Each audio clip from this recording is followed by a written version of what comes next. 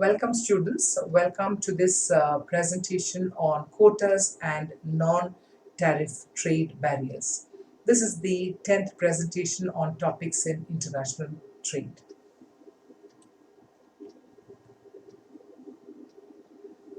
There is a new wave of protection that is moving along the countries that are trading with each other. We find that there are a series of policy measures other than tariffs that are used to protect a country's import or export with another country. To that extent, there are efforts to reduce the freedom of trade that takes place between countries. Non-tariff barriers do not operate through the mechanism, through the price mechanism, and therefore it distorts trade. It is aimed at decreasing opportunities for foreign goods to be sold in the domestic economy. Essentially, these non-tariff barriers are obstacles that are put in the movement of international trade, making the trade of import and export more difficult.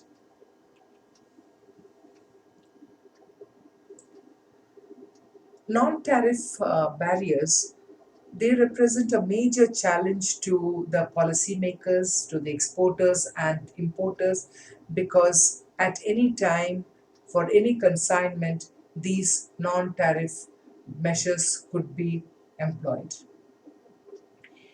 These non-tariff barriers involve information, compliance, procedural cost in the form of laws, policies, practices, prohibition, formalities, conditions, requirements. You can see this area is so large and such a wide variety that any of them can be imposed at any time for any commodity, for any country when they trade with each other. And all of them can become obstacles to trade.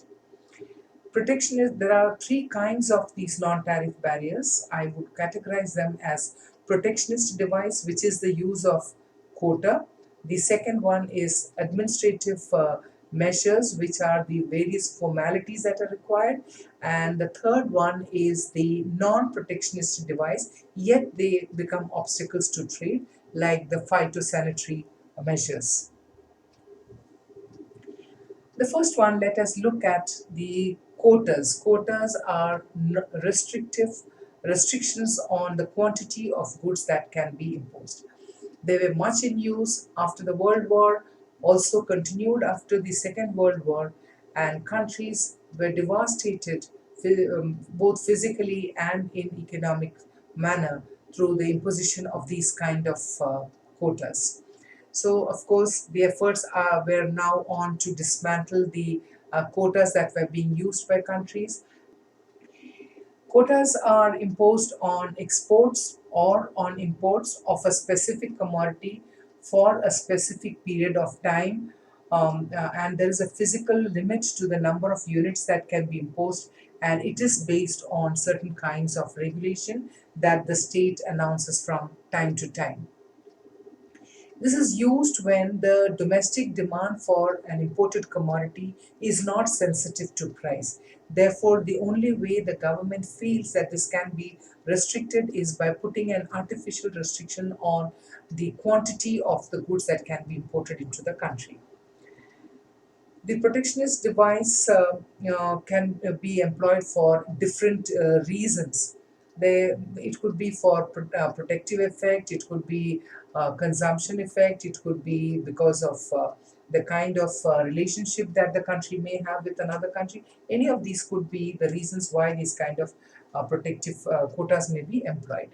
Now, there are different kinds of quotas, which are the tariff quota, or some quota which is discussed between countries, some quotas which are not discussed between countries, some quotas can be mixed with the tariffs. So these are, or there could be import licensing. These are all the different ways, these are different types of quotas that are imported from, imposed on imports of the country. Let me take more time on explaining this diagram. The types of quota that's easier to follow.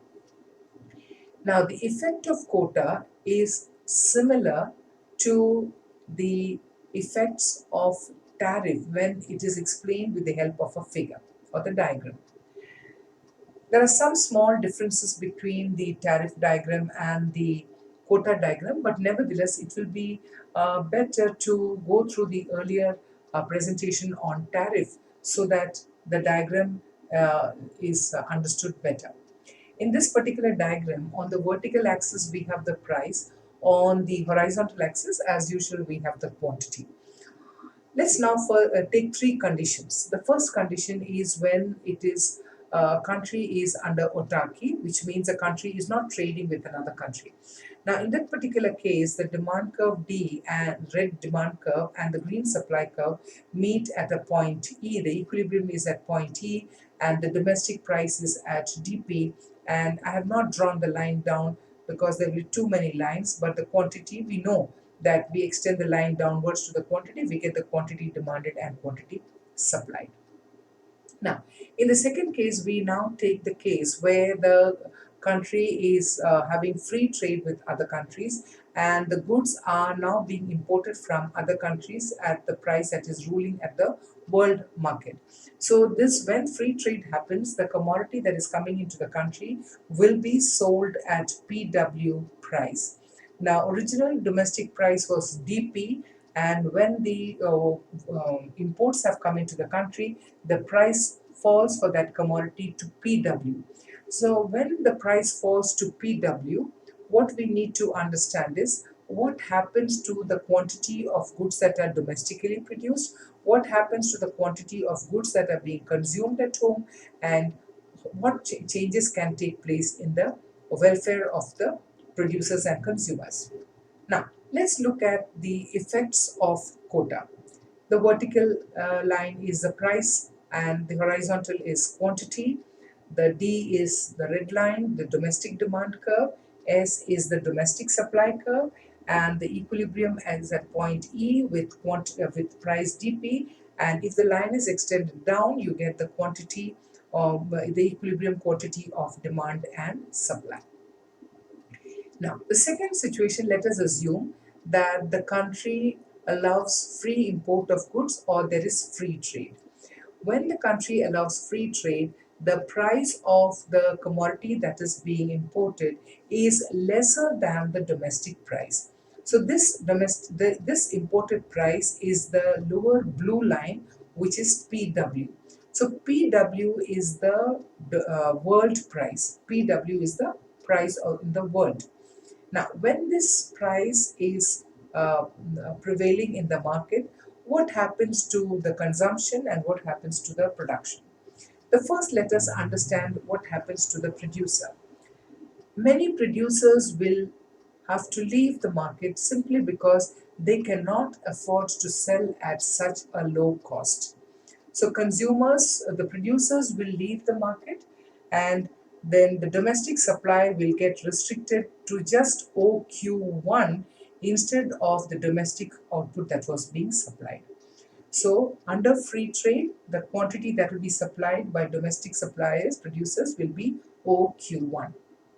Now, at this low price, what will happen to the consumers?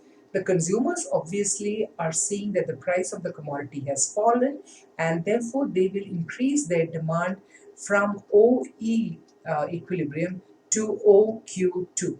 So OQ2 is the demand from the consumers and OQ1 is a quantity that can be supplied by the producers.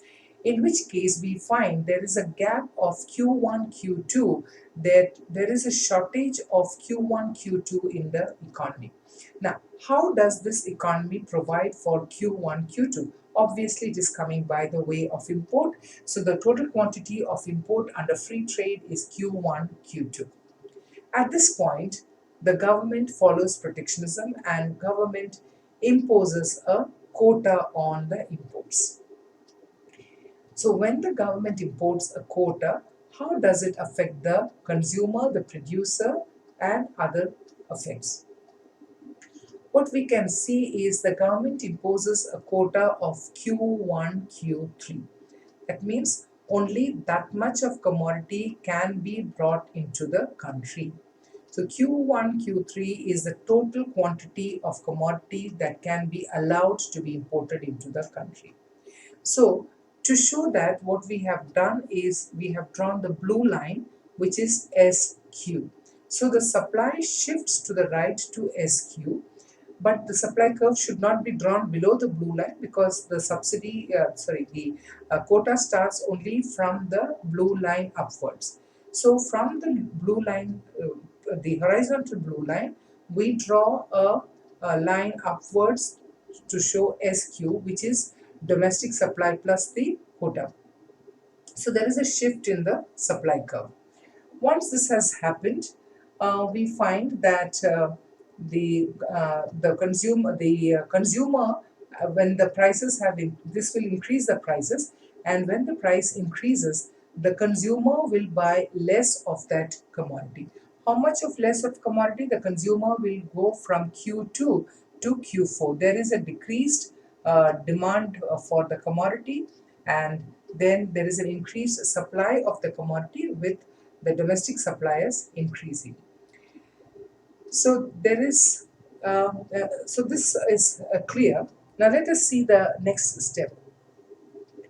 When the quota is imposed, we find that the domestic producers now enter into the market, because this price is better for them to produce. So they will also join the production, and the total output will now increase. At this point, let us see what happens when this quota is imposed in the economy, what happens to the consumer surplus, and what happens to producer surplus.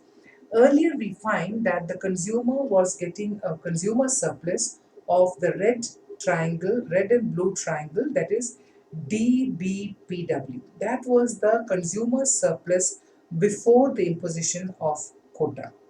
Now, what has happened with the imposition of quota? The consumer's product consumption has reduced to Q4, and to that extent, the consumer's surplus has reduced to DFPW1. So there is a loss of consumer surplus of that area PW1, PWBF. That portion between the black line and the blue line is the loss for the consumer's surplus. Now, what happens to the producer? The producer gains when there is an import quota fixed, because he is happy that he can now sell it at a higher price, and therefore more firms join that particular production. Here we find that once the free trade was happening, the producer was getting only PWAS as the producer's surplus. Once the import quota has been fixed, the producer's surplus has increased to PWCS. So that is the total increase in the producer's surplus. He is able to enjoy more surplus than it was before. Now, this results in two kinds of losses for the economy. One is the efficiency loss, and one is the deadweight loss. Efficiency loss of ACG, because now with this higher prices, inefficient firms have also joined the production. And we find that the consumers are losing out FHB, which is also called as deadweight loss, because that loss cannot be regained by the economy. So the economy is experiencing two kinds of losses, and the consumer is losing out quite a lot, but the producers are getting a little benefit out of it. There is also another group who benefits from this particular quota being imposed. So we can see that quota as quota rent. You can make a note of this small square CGHF. That small triangle is the quota rent that will arrive from this. So there is another group of economic agent who are benefiting from the imposition of that quota. That is called as quota rent. Now, how do we understand quota rent? The cost of producing that commodity in the world market is definitely lower than the cost at which that commodity will be sold in the domestic economy. So the sellers of those goods or the exporters of those goods will gain because of this movement of goods from the international market to the domestic market. So there is certain kind of an additional profit that these exporters are getting, which they would not have got if they were selling into another country which did not have quota restriction. Now, what we need to understand here is how is this quota going to be implemented? To implement the quota, that small triangle where the quota is being implemented, the government is the body which will decide on the quota. The government will decide how many units of cars will be brought into the country, or how many units of shirts, for example, children's shirt, can be imported into the country. Now, these restrictions on the number of units that are coming in is put by the government. This number of units will have to be shared among different firms who will supply the commodity or who will purchase the commodity, who can import the commodity and sell in the market. So, how is this decided? This is decided by the government by government auction.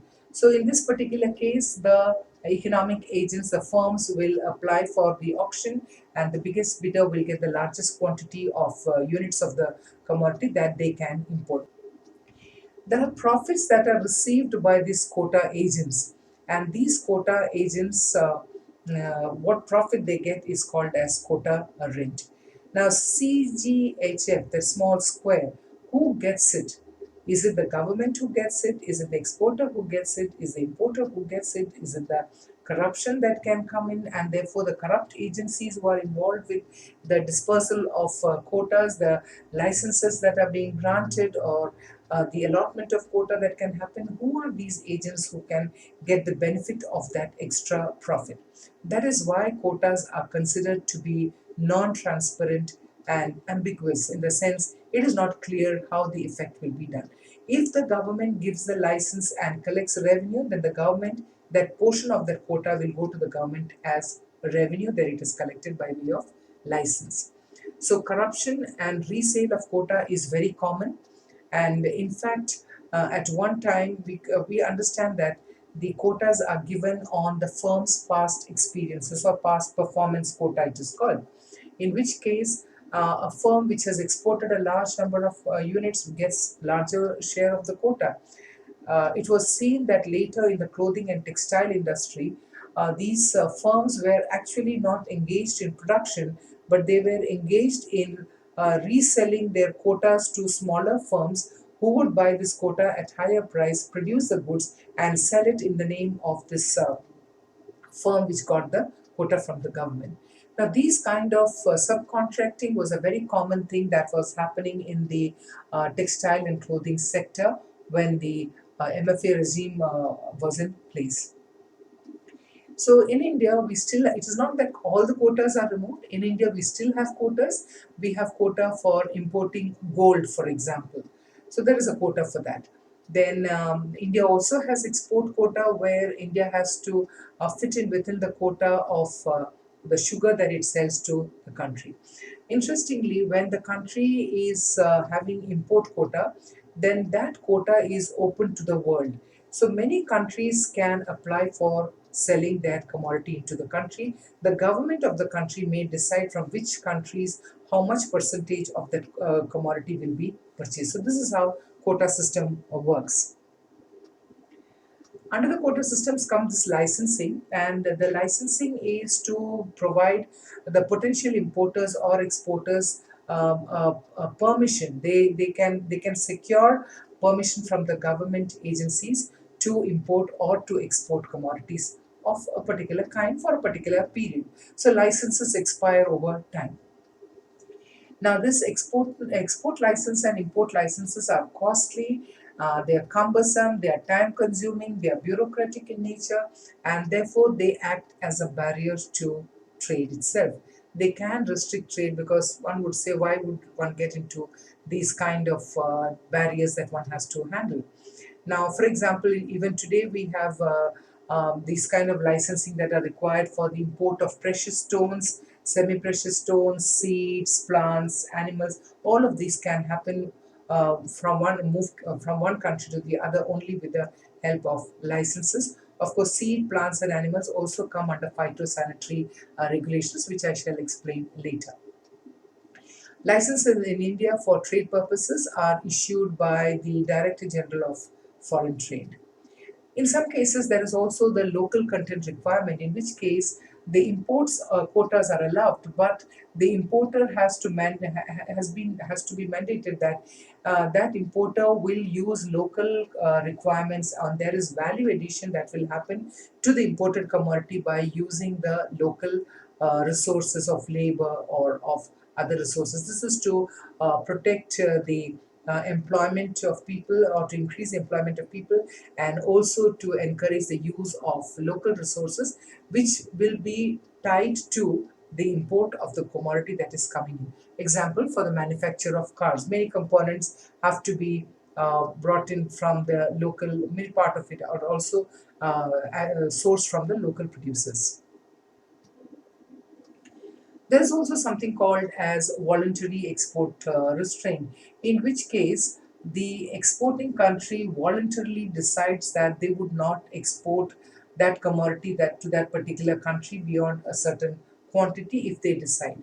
Or sometimes it could be by the request of the importing country not to export that many commodities into the country. This is done. Why would a country do that? This is done mainly because the exporting country may feel that in course of time better licenses and better quota would be granted to them, and they wait for that to happen. So this happened to the Japanese cars in the 1980s, a famous example, when the Japanese cars were had restrained themselves from selling their item to the USA.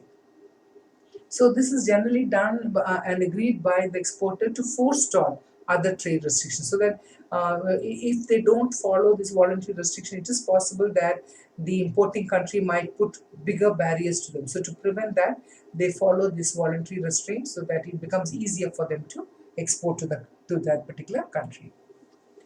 So there are administrative barriers. Now these administrative barriers are actually procedures. If one visits, if one were to get some item from the foreign country, then one can understand the kind of the maze of customs procedures that are involved in importing those goods from other country. These importing procedures are so cumbersome that it can deter small time exporters from or importers from getting into this kind of a trade. This could include testing and labeling and certification, packaging requirements of the domestic economy. So, domestic economy, the government can raise, customs officials can raise issues on any imported commodities on any of these lines. And we have seen that happening in India when marine products, often from India, agriculture products often fall into this category of tariff barriers, non-trade barriers, non-tariff barriers, and they put the exporters into difficulties. So obliging these kind of requirements is quite difficult, and therefore they become barriers to trade in those countries. There, for manufactured goods, it is the technical standards and norms that have to be applied for.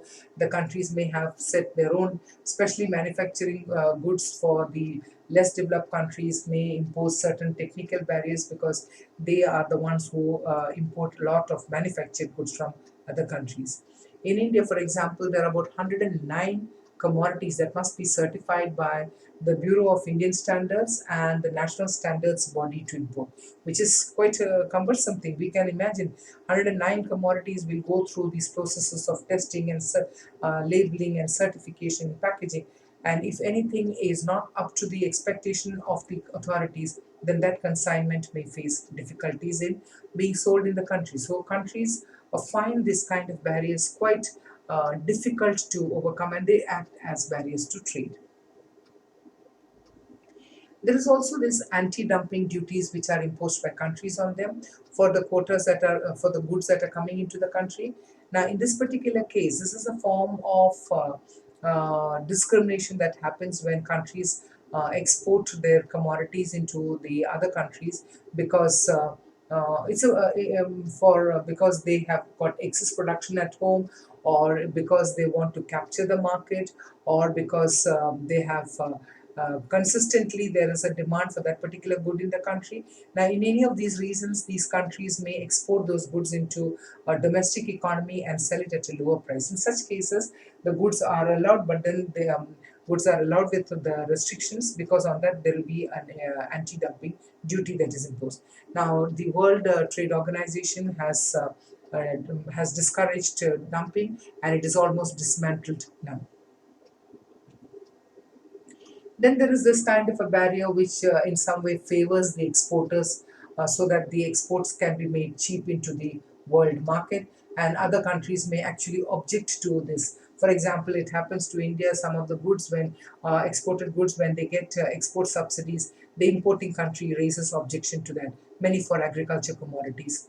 And WTO has one unit which talks about reduction of subsidies in agriculture.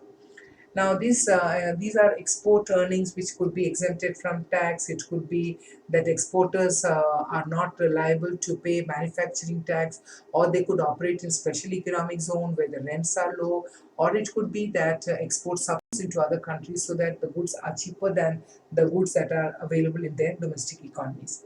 So this is a loss for the government, because the government has to bear the cost out of its exchequer. But nevertheless, many countries, many developing countries, still use subsidies in their trade, so as to get capture or to sell more into the international market, or to prevent the international firms from selling into the domestic market. In many cases, it is a state trading corporation. In India, for example, the government takes over the purchase and sale of the export and import of many commodities through its state agencies. For example, we have the State Trading Corporation, which is the only agency in the country which can import petroleum products. There are several other commodities also that are imported by the State Trading Corporation, which means it decides what should be the formalities that are required for importing these commodities. And for exporting also, we have a body which is called the Metals and Mineral Trading Corporation, set up in 1963, which takes care of the export of minerals and metals out of the country. So this is in a way government interferes in the way the procedures are handled for exporting and importing these commodities. Of course, there is the other one is international cartel, which is another form of domestic trade barrier, international trade barrier. We know that cartels are a common feature of oligopoly firms, and cartels are when firms join together and they decide the output and the price, or in such a way that they get the maximum profit.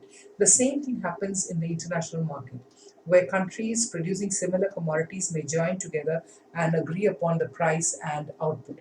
We see the most common example of that is the OPEC, in which oil producing countries join together, oil producing and exporting countries join together, and they decide what should be the output of oil, and therefore the price is decided by the market. Now, we are currently going through that crisis where the prices have risen, and we read that India is releasing petroleum product from its reserve, as much as USA is also releasing petroleum products from its reserve, because the price have shot up, and the OPEC is doing this international carteling on prices of petroleum product. There is also carteling that happens in the air transport fare by International Air Transport Association. There is this group of sanitary and phytosanitary regulation. These are not essentially used for protection of trade, but these are barriers to trade. Now, these barriers are considered essential for the movement of, for protecting the life and health of plant, animals, and human beings.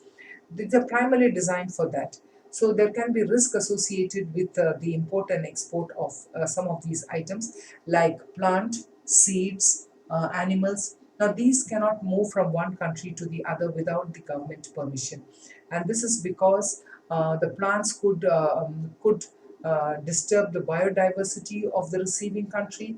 Animals too could cause disturbance into their biodiversity, as much as the pests that could flow with along with these animals or with the plants to the other country. They could destroy the crop, and they could spread diseases. These are some of the reasons why these phytosanitary measures are followed. That is why when you see in international airports, you will find restrictions there on notices put up that you cannot carry plants or seeds and these things out of the country without government permission. It is a offense if a person is carrying them. Now, unfortunately, what we found is this corona defied all of it.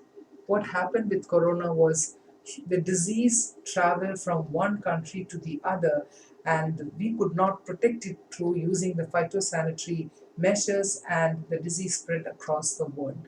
So, this is one such example where phytosanitary measures could not be implemented when the disease actually broke out. We now see that the world has lost about a year and a half of economic activities owing to this not non-compliance or non-implementability of the phytosanitary measures. So these measures are also there for harvesting the chemicals that are used in preserving the marine goods that are being sold out of the country, and such things are meant to protect the life and health of people. There are also equity restrictions like we have in India, where the FDI, the foreign direct investments, are not allowed to come into the retail sector as much as it would like to come in. So this is to prevent, because the foreign investments, if they come into the country in large quantity, then it can distort the domestic production processes. It can affect the domestic companies. So to prevent that from happening, like in India, the retail trade has got restrictions of importing, and these involve a lot of red tapeism and barriers that are involved, so that ultimately countries don't find it easy to come and trade into the country. Even agriculture commodities, it's not very easy to make investments. They're not allowed to make investments in agriculture sector of the country. There are also what is known as legal barriers to trade. They're also known as embargoes. In this case, there's a total ban of trade of specific commodities for imports or exports supplied to or from specific countries. Now, this is, for example, we have had the embargoes put on onions. When there was a shortage of onion, then the government puts a ban on some commodity. Whichever commodity is in short supply in the domestic economy, then the government may put an embargo on that. That means these commodities cannot be sent out. Then after some time, we hear that the embargo has been lifted, which means that commodity is now available for export. Now there are also besides this economic goal, there are also specific political goal. If the international relations between the trading partners are not good, and one country is dependent on the other country for a particular good, then that country can also impose legal sanctions, or that is called as an embargo. And finally, there are these consular formalities, that is called the country of origin clause, which means where has this commodity come, what have been the stages of its production that has come by. This also causes one kind of an artificial barrier for the trade that can happen between countries. And finally, we need to know what is the effect of these NBT, or non-tariff barriers, that is happening. Often we find that the developing countries are the ones who suffer the most because of these non-tariff barriers. It should be NTB, not NBT. So developing countries suffer from that because they don't have they don't have the revenue. The Indian small firms do not have that much revenue to the resources to overcome the cost to handle all these testing, certification, and all such requirements, all the licensing procedures. All of them make it very complicated for small time firms to get into the international trade business. That is why they get into quota renting. They go through the bigger companies, and then they try to export. Otherwise, exporting from smaller companies becomes very difficult for them. And agriculture commodities also find it very difficult to export their commodities because of all these phytosanitary and other requirements that come in there. But more organized sectors with large players or big players and they have international division of labor. Usually these kind of companies do not have difficulties with import quotas, and they comply with the regulations that are required. They have the administrative and also the resources that are necessary to comply with these non-tariff barriers. Manufactured goods also, the developing countries, since most of the goods that the developing countries buy are manufactured goods, they try to impose tariff. They try to put quotas by using the origin from where this commodity comes, so that they have some control over the goods, that manufactured goods are coming from other countries. So all in all, you find that this non-tariff trade barriers are actually very complicated. They offer themselves as obstacles, and in some way they are not transparent, and they create um, they are not direct. In that sense, through indirect means, they try to control the trade that happens between countries. So that is why it is called as a new protectionism. And the WTO has directed what are those kind of restrictions that can be non-tariff barrier restriction that can be imposed by countries. So the world is trying to remove these non-tariff barriers, but it is only increasing. I hope this lesson is useful for those of you who are preparing for your competitive exams. And this topic is often not done during the college courses. I hope you have subscribed to my channel and you're watching my channels regularly. And if you haven't subscribed, kindly do subscribe to this channel. I make more videos for you on international trade in the days to come, and in other subjects in economics which will be of use to you. Thank you very much.